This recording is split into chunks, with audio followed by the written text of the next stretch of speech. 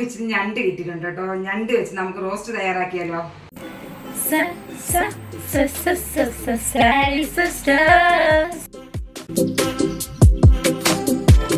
നമുക്ക് റോസ്റ്റിന് ആവശ്യമുള്ളത് സവാള 4-5 എടുത്തിട്ടുണ്ട്, കൊച്ചുള്ളി, പച്ചമുളക്, ഇഞ്ചി, വെളുത്തുള്ളി 5-6, തക്കാളിക്ക, മുളക് പൊടി, മല്ലിപ്പൊടി, മഞ്ഞൾപ്പൊടി, കുരുമുളക് പൊടി, മസാലപ്പൊടി, ഉപ്പ് ആവശ്യത്തിന്. നമുക്ക് തയ്യാറാക്കിയാലോ? ഞാനൊരു ചട്ടി അടുപ്പിൽ വെച്ച് അത് നല്ല ചൂടായിട്ടുണ്ട്. നമുക്ക് വെളിച്ചെണ്ണ ഒഴിച്ചു കൊടുക്കാം. വെളിച്ചെണ്ണയാണ് ഏറ്റവും നല്ലത് കേട്ടോ. കുറച്ച് വെളിച്ചെണ്ണ ഒഴിച്ചു കൊടുക്കാം. വെളിച്ചെണ്ണ നല്ലപോലെ ചൂടായിട്ടുണ്ട്. നമുക്ക് അതിലേക്ക് 1 സ്പൂൺ കടുക് ഇട്ട് കൊടുക്കാം കേട്ടോ. കടുക് നന്നായി പൊട്ടി വരുന്നേ. അരിഞ്ഞ് വെച്ചിരിക്കുന്ന സവാള അതിലേക്ക് ഇട്ട് കൊടുക്കാം. പിന്നെ നമ്മുടെ കൊച്ചുള്ളിയും കൂടെ അതിലേക്ക് ഇട്ട് കൊടുക്കാം. അപ്പം നല്ലപോലെ ഇത് വഴറ്റാം. സമയത്ത് ഇപ്പോൾ ഫുൾ തീയിട്ടൊന്ന് വഴറ്റിയാൽ മതി കേട്ടോ. അപ്പം നല്ലതായിട്ട് വഴറ്റ് വരും. നമുക്ക് കുറച്ച് ഉപ്പിട്ട് കൊടുക്കാം. ഉള്ളി പെട്ടെന്ന് വഴണ്ട് വരാൻ വേണ്ടിയാണ് നമ്മൾ കുറച്ച് ഉപ്പിട്ട് കൊടുത്തിരിക്കുന്നത് കേട്ടോ. ഈ ഒരു ബ്രൗൺ കളർ ആവുന്നവരെ നമുക്കൊരു ഉള്ളി വഴറ്റിയെടുക്കാം.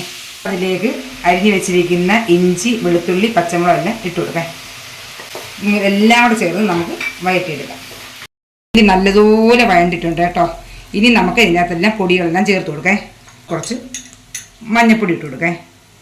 ഇത് കാശ്മീരി മുളക് പൊടിയാണേ. അതുകൊണ്ട് ഞാൻ 2-2.5 സ്പൂൺ ഇട്ട് കൊടുക്കുന്നത് കേട്ടോ. മല്ലിപ്പൊടി ഇട്ട് കൊടുക്കാം. അതൊരു 1.5 സ്പൂൺ ഇടുന്നോളേ. പിന്നെ നമുക്ക് ഇച്ചിരി കുരുമുളക് പൊടി അതൊരു 1 സ്പൂൺ ഇടുന്നുണ്ട്. ഇനി നല്ലപോലെ ഒന്ന് നമുക്ക് ഈ പച്ചച്ചേവ വാർന്ന് വരുമ്പോഴേ ഒന്ന് ഇളക്കി കൊടുക്കാം കേട്ടോ. ഇച്ചിരി കരിയാപ്പില അതിനകത്ത് ഇട്ട് കൊടുക്കാം.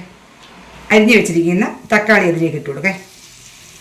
നല്ലതുപോലെ ഒന്ന് ഇളക്കി യോജിപ്പിക്കാം കേട്ടോ. അങ്ങനെ നമ്മുടെ തക്കാളി കേക്കെല്ലാം ഏകദേശം വെന്ത് സോഫ്റ്റായി ഇരിക്കുന്ന ഈ സമയത്ത് നമുക്ക് വെച്ച് ഉപ്പ് കുറവാണെങ്കിൽ നമുക്ക് ഇച്ചിരി അരപ്പിനകത്തോട്ട്, എനിക്കിവിടെ വെച്ച് ഉപ്പ് കുറവായിട്ട് തോന്നിക്കുന്നതുകൊണ്ട് ഞാൻ കുറച്ച് ഉപ്പിടുക. ആദ്യം നമ്മൾ ഉള്ളിയിൽ കുറച്ച് ഇട്ടിട്ടുണ്ടായിരുന്നു, എന്നാലും വീണ്ടും ഇച്ചിരി കൂടി ഉപ്പിട്ടൊന്ന് ഇളക്കുവാണേ. പിന്നെ നമുക്ക് ഇച്ചിരി പൊടിച്ച് വെച്ചിരിക്കുന്ന മസാലപ്പൊടി ഇട്ട് കൊടുക്കാം. അത് ഇട്ട് വീണ്ടും ഒന്ന് ഇളക്കി കൊടുക്കുക നമുക്ക്. ഇതെല്ലാം ഞാൻ ചെറിയ തീയിലാണ് ഇട്ട് ചെയ്യുന്നത്, അല്ലെങ്കിൽ ചിലപ്പോൾ ചെവിട്ടിൽ കയറി പിടിക്കാൻ ഇടയുണ്ട് കേട്ടോ. അങ്ങനെ നമ്മൾ ഞണ്ടെല്ലാം കഴുകി വൃത്തിയാക്കി വെച്ചിട്ടുണ്ട്. നമുക്ക് അരപ്പിൻ്റെ കൂട്ടിലേക്ക് ഇട്ട് കൊടുക്കാം. എന്നിട്ട് നമുക്ക് ഈ അരപ്പെല്ലാം ഇതിനകത്തുനിന്ന് യോജിച്ച് വരുന്നവരെ വരെ ചെറുതായിട്ടൊന്ന് ഇളക്കി കൊടുക്കാം. ഒരു 1/2 ഗ്ലാസോളം വെള്ളം നമുക്കിനി ഒഴിച്ച് വെക്കണേ. ഇനി നമുക്കിതിനകത്ത് കുറച്ച് വെള്ളം ഒഴിക്കാം. അത് ഞാൻ ചൂടുവെള്ളമാണ് ഒഴിക്കുന്നത് കേട്ടോ. വെള്ളം ഒഴിച്ച് കൊടുക്കാം കേട്ടോ. വീണ്ടും ഒന്നും കൂടെ ഒന്ന് ഇളക്കി യോജിപ്പിക്കാം. ഇളക്കി കൊടുത്തുകൊണ്ടിരിക്കുമ്പോൾ നമുക്ക് ഫുൾ തീയിട്ട് ചെയ്തിട്ട് ആ വെള്ളം എല്ലാം ഒന്ന് യോജിപ്പിച്ച് കഴിഞ്ഞ ശേഷം നമുക്ക് പിന്നെ നമ്മളത് സിമ്മിലിട്ടേ കൊടുക്കാം കേട്ടോ. ചെറിയ തീയിൽ വെച്ച് ഇതൊരു 20 മിനിറ്റ് നമുക്കിത് വേവിച്ചെടുക്കാം. ഇനി നമുക്കിത് അടച്ചു കൊടുക്കാം. ഇടയ്ക്കൊന്ന് തുറന്ന് നോക്കി വീണ്ടും ഒന്ന് ഇളക്കിയിട്ട് കൊടുക്കണം കേട്ടോ. അതുകൊണ്ട് ഇപ്പം നമ്മുടെ ഞണ്ടിൽ നിന്നെല്ലാം വെള്ളമൊക്കെ ഇറങ്ങി വീണ്ടും നമുക്കൊന്ന് എല്ലാം കൂടെ ഒന്ന് ഇളക്കി യോജിപ്പിച്ച് അടച്ച് വെക്കാം. അങ്ങനെ നമ്മുടെ ഞണ്ട് റോസ്റ്റ് റെഡി ആയിട്ടുണ്ട്. വെള്ളമെല്ലാം ഒന്ന് പറ്റി അരപ്പെല്ലാം ഞണ്ടിലും ഒന്ന് യോജിച്ച് എല്ലാം നമുക്ക് റെഡി ആയിട്ടുണ്ട്. ഇനി നമുക്കൊരു പാത്രത്തിലേക്ക് ഇത് മാറ്റിയെടുക്കാം.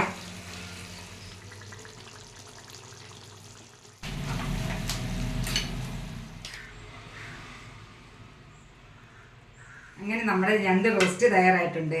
കൂട്ടുകാരെല്ലാം ഒന്ന് ട്രൈ ചെയ്ത് നോക്ക്. പുതിയൊരു വീഡിയോ ആയിട്ട് വീണ്ടും കാണാം. അപ്പോൾ ഞങ്ങളുടെ ചാനൽ ഇഷ്ടപ്പെട്ടെങ്കിൽ ലൈക്ക്, ഷെയർ, സബ്സ്ക്രൈബ്.